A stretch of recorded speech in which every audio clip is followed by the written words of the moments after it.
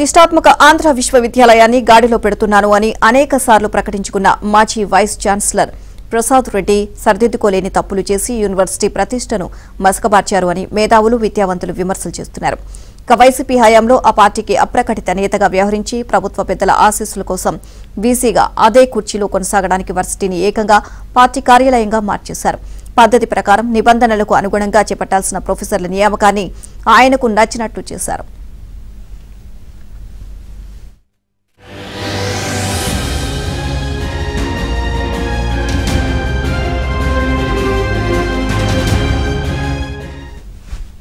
Private సంస్థలు పనిచేస్తున్న వారిని తీసుకొచ్చి గెస్ట్ ప్రొఫెసర్లుగా నియమించారు.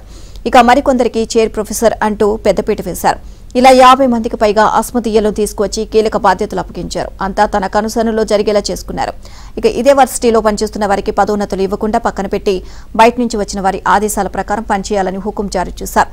వ్యతిరేకించిన వారిని విధించారు. ఇక వారి సర్వీస్ రికార్డులను రిమార్కులతో నింపేశారు. వర్సిటీలో పీహెచ్డీలు చేసి ఉద్యోగ నియామకాల కోసం ఎదురుచూస్తున్న వారికి అవకాశాలు లేకుండా చేశారు. ఇక ఆయనతో పాటు బయట నుంచి వచ్చిన వారు భారీగా జేబులు నింపుకున్నారు అన్న ఆరోపణలు ఉన్నాయి.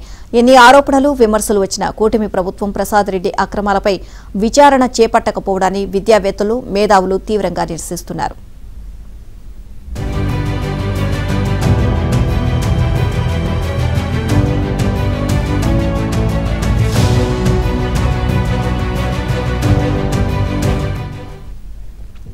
వైసీపీకి చెందిన లక్ష్మీ పార్వతిని తెలుగు విభాగంలో గెస్ట్ ప్రొఫెసర్గా నియమించారు. గైడ్గా ప్రకటించి 10 మంది పీహెచ్డీ విద్యార్థులను అప్పగించిన విషయం ప్రసాద్ రెడ్డి కుర్చీ దిగిన తర్వాత గానీ బయటకు రాలేదు.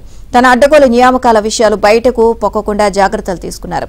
ఎప్పుడో 20 ఏళ్ల క్రితం నేవీలో పనిచేశానని చెప్పుకుంటున్న ఓ అధికారికి Prasad Reddy AU defence study సెంటర్లో సలహాదారు సహా గెస్ట్ ప్రొఫెసర్ పోస్టు కట్టబెట్టారు. ఆయన చెప్పిన వారందరికీ పీహెచ్డీ అడ్మిషన్లు ఇచ్చారు. ఆయన తన భార్యకు కూడా హిందీ విభాగంలో పీహెచ్డీ సీటు ఇప్పించుకున్నారు.